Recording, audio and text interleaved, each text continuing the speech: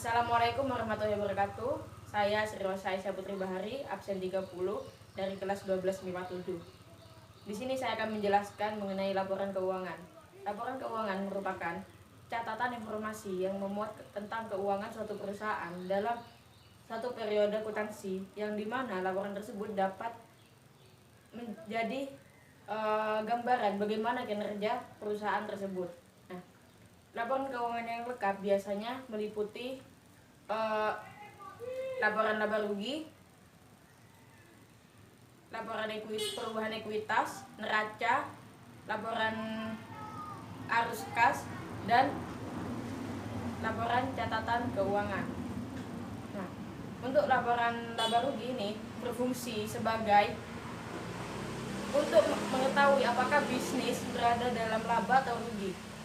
Dalam penyusunan laporan laba rugi ini terdapat dua cara, yakni yang pertama single step. Untuk single step formatnya seperti berikut ini. Bentuk laporan laba rugi single step lebih sederhana. Pada format ini, semua pendapatan dan keuntungan yang didapat ditempatkan di bagian awal laporan laba rugi, kemudian dikurangi dengan seluruh beban atau biaya yang dikeluarkan oleh perusahaan.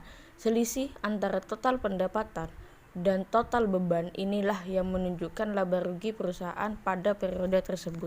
Yang kedua ada multiple step, yang dimana dalam multiple step ini pendapatan dibagi menjadi dua, yaitu pendapatan operasional dan pendapatan non operasional. Formatnya seperti berikut ini.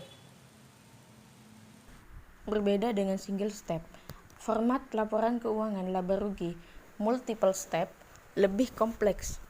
Untuk membuat laporan laba rugi multiple step, pertama, kita harus memisahkan transaksi operasional dan non-operasional. Lalu, kita harus membandingkan biaya dan beban dengan pendapatan yang berkaitan. Setelah itu, baru kita dapat menghitung laba operasionalnya. Laba operasional akan menunjukkan perbedaan antara aktivitas biasa dan aktivitas insidentil atau extraordinary. Yang kedua ada laporan perubahan ekuitas. Laporan perubahan ekuitas atau yang biasa disebut dengan capital statement, yang dimana laporan ini memuat informasi mengenai perubahan modal dalam suatu perusahaan, dan laporan ini berfungsi untuk memberi informasi seberapa besar perubahan modal dalam suatu perusahaan tersebut dan apa penyebab terjadinya perubahan modal tersebut. Berikut contoh formatnya. Dalam laporan perubahan modal, kita juga dapat melihat penyebab dari adanya perubahan modal, tidak hanya perubahannya saja. Namun, ada beberapa data yang diperlukan untuk membuat laporan ini, yakni modal awal, prive atau pengambilan dana pada periode tersebut, dan total laba rugi bersih yang diperoleh.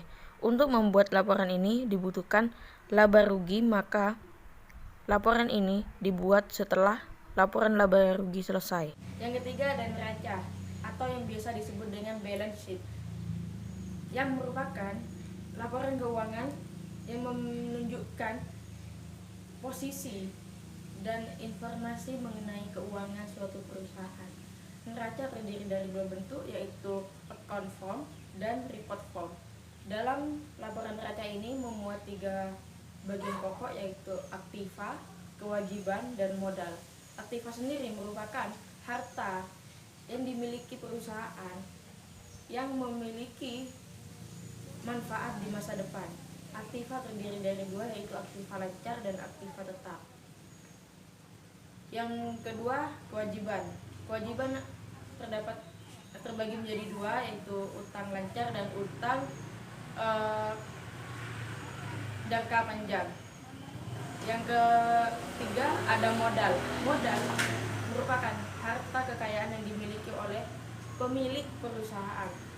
Modal akan bertambah apabila pemilik perusahaan menginvestasikan modalnya atau uangnya ke perusahaan dan perusahaan tersebut memperoleh keuntungan. Namun sebaliknya, apabila si pemilik modal ini menarik investasinya dari suatu perusahaan dan perusahaan tersebut mengalami kerugian, maka modal akan berkurang. Berikut contoh formatnya. Untuk membuat neraca, kita dapat menggunakan pedoman persamaan akuntansi, yaitu aset sama dengan kewajiban ditambah modal. Aset untuk sisi aktiva sementara, kewajiban dan modal untuk sisi pasiva.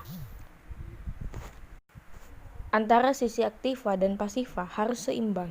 Yang keempat ada laporan arus kas, di mana laporan ini merupakan jenis laporan keuangan yang sangat penting, karena dengan laporan ini kita dapat mengontrol dana yang kita miliki dalam perusahaan. Dengan laporan ini juga kita dapat mengetahui perputaran dana, mulai dari keluar masuknya dana. Dalam laporan arus kas ini terdapat 3 aktivitas utama. Yang pertama yaitu ada aktivitas operasional, yang kedua ada aktivitas investasi, yang ketiga ada aktivitas pendanaan. Berikut contoh formatnya. Untuk aktivitas operasional merupakan laporan arus kas yang terdiri dari kegiatan operasional perusahaan. Dengan kata lain, aktivitas ini dapat diperoleh dengan memasukkan nilai dari pengaruh kas atau bank pada transaksi yang dilibatkan dalam penentuan laba bersih. Untuk aktivitas investasi, ini berkaitan dengan aktivitas arus kas yang dihasilkan dari penjualan ataupun pembelian aktiva tetap. Sedangkan untuk aktivitas pendanaan, merupakan aktivitas kas yang berasal dari penambahan modal perusahaan. Untuk menghitung aktivitas ini, kita dapat memasukkan nilai penambahan atau pengurangan kas yang berasal dari kewajiban jangka panjang dan ekuitas pemilik.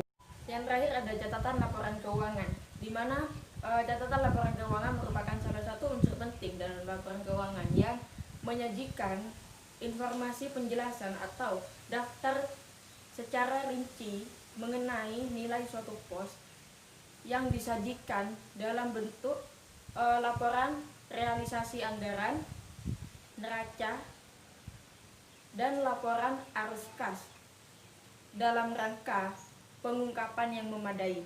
Tujuan laporan keuangan menurut standar akuntansi yang dikeluarkan oleh Ikatan Akuntan Indonesia, tujuannya yaitu untuk memberikan informasi mengenai posisi keuangan, kinerja, dan perubahan posisi keuangan suatu perusahaan yang dimana nantinya akan bermanfaat bagi sebagian besar pengguna untuk mengambil keputusan. Pemakai laporan keuangan biasanya itu investor, pemerintah, pemberi pinjaman, dan lain sebagainya. Samping itu pula, laporan keuangan memiliki 4 karakteristik. Yang pertama yaitu dapat dipahami. Artinya, dalam laporan keuangan ini, informasi yang dimuat di dalamnya harus mudah dipahami oleh para pengguna atau pihak yang bersangkutan. Yang kedua, relevan, di mana laporan yang termuat di dalamnya ini dianggap jika laporan tersebut dapat mempengaruhi atau dapat berpengaruh terhadap pengambilan keputusan pengguna. Yang ketiga, keandalan. Dalam laporan keuangan bebas dari pengertian yang menyesatkan. Yang keempat, yaitu dapat diperbandingkan. Laporan keuangan akan lebih berguna apabila laporan tersebut dapat dibandingkan dengan laporan pada periode sebelumnya. Jangan lupa selalu ingat pesan ibu, yaitu 3M. Memakai masker, mencuci tangan dengan sabun, dan menjaga jarak. Tetap jaga kesehatan. Sekian dari saya. Wassalamualaikum warahmatullahi wabarakatuh.